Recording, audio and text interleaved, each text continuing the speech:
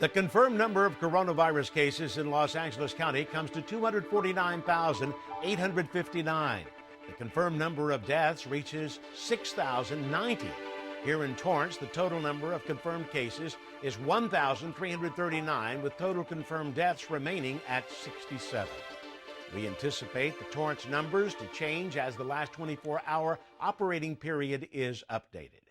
Welcome to COVID-19 Today. I'm Ben McCain. It's 4 p.m. on Thursday, September 10th. Los Angeles County Board of Supervisors, along with the county's public health department and mayors from Los Angeles, Long Beach, and Pasadena, are teaming up to help slow the spread of COVID-19. Citizen, the most trusted public safety app in the U.S., introduced SafePass in partnership with San Joaquin County Healthcare Services to help people know if they've been exposed to COVID-19 and to help cities and states track potential outbreaks in an efficient and scalable way.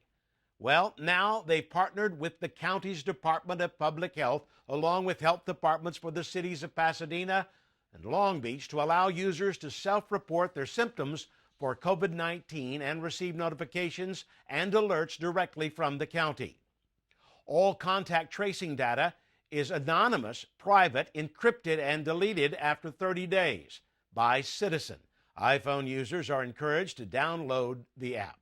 SafePass also tracks any close contacts with other users and alerts them to potential exposures.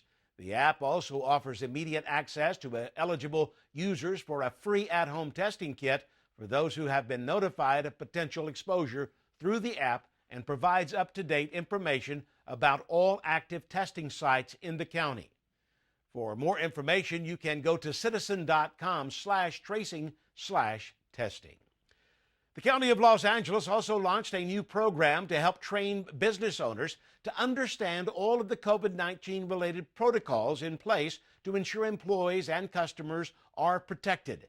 The COVID-19 Safety Compliance Certificate Program, or CSCCP, hopes that by educating the business community on what needs to be done so that operations are aligned and in compliance with infection control and physical distancing requirements. Once the no-cost online training course is complete, business owners receive a COVID-19 Safety Compliance Certificate that can be posted on storefronts. The training will be available in 13 languages and can be accessed online through the Department of Public Health's COVID-19 website. This voluntary program offers businesses and employees and customers alike the added assurance that essential training has been completed to reduce the risk. Go to covid19.lacounty.gov. And now, for businesses that are not in compliance or violate any of the public health orders, may be reported online or by calling 888-700-9995. With Halloween in just a few short weeks that is, Los Angeles County's Department of Public Health released new guidelines for trick-or-treating and ways to navigate the fall holidays.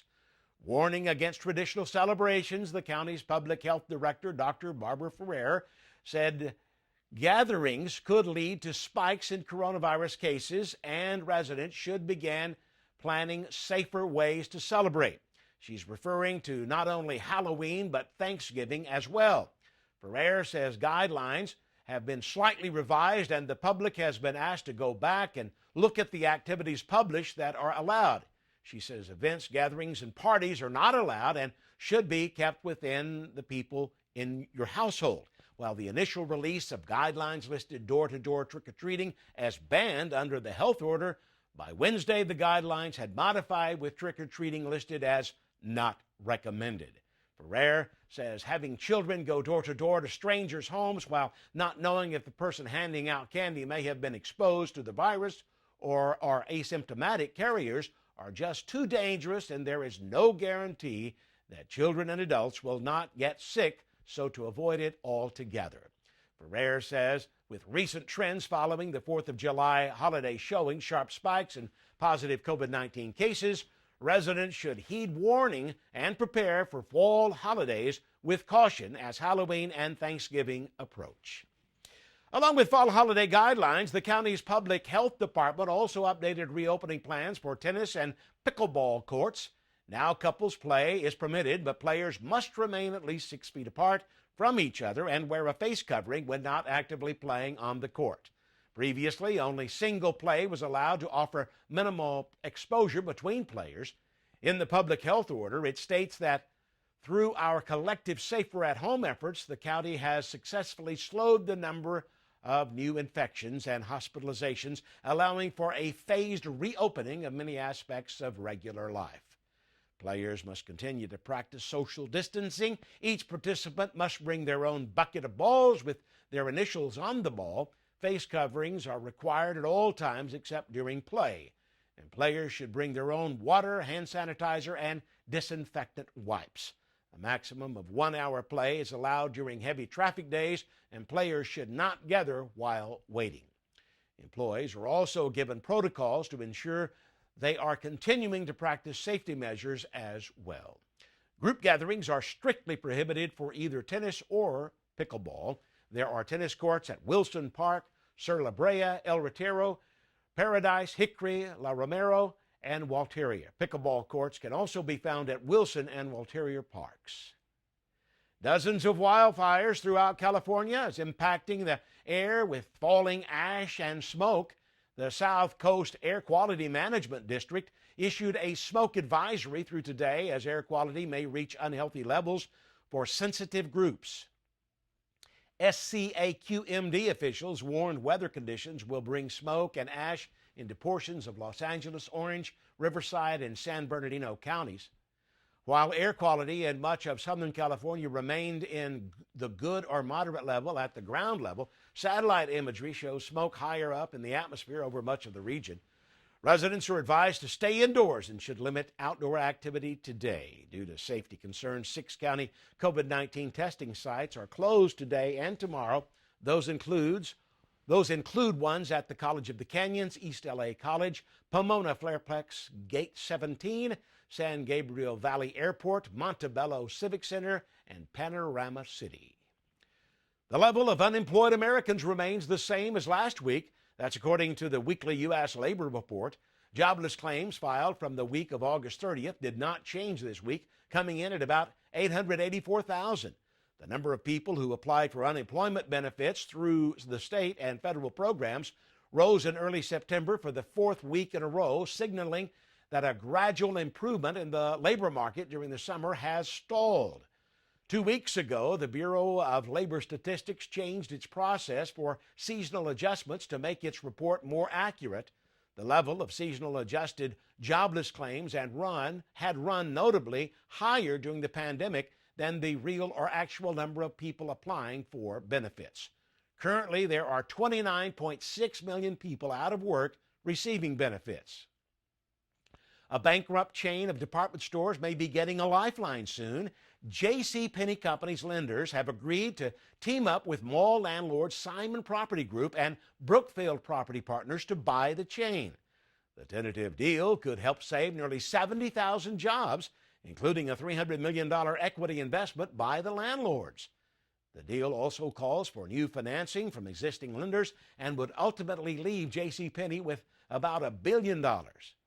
The Wall Street Journal estimates the value of this deal at about $800 million, with the mall owners taking about 490 of the chain's 650 stores. A slimmed-down coronavirus package that the GOP hoped to pass did not get enough votes in the Senate today. It's called the Delivering Immediate Relief to America's Families, Schools, and Small Businesses Act. And while it did not pass, it was cast as a targeted approach to COVID-19 funding. The bill, expected to have cost about 1/10 of the House's proposal, focused on several of the most urgent aspects of this crisis, including school aid, new money for vaccines and testing, and a second round of the popular Paycheck Protection Program for smaller businesses. Democrats declined the nearly $500 billion GOP plan, demanding more money for states and local governments, more generous jobless benefits, and help for renters and homeowners. It's unclear when stimulus negotiations could start up again, and passing a bill will likely become more difficult as the election gets closer. California lawmakers are letting consumers take back control of who has access to their DNA. Consumers will be able to revoke consent for genetic testing companies like 23andMe and Ancestry.com to use their data, mandating the companies to destroy the DNA samples within 30 days. The Genetic Information Privacy Act helps fill a gap in the U.S. healthcare privacy that many people may be unfamiliar with. The act places obligations on consumer companies that collect DNA samples from their customers, requiring them to protect that information and only use it for limited purposes without explicit consumer consent. While HIPAA law and regulations protect the privacy of many health-related tests, it only applies to entities providing medical care and not matters related to DNA.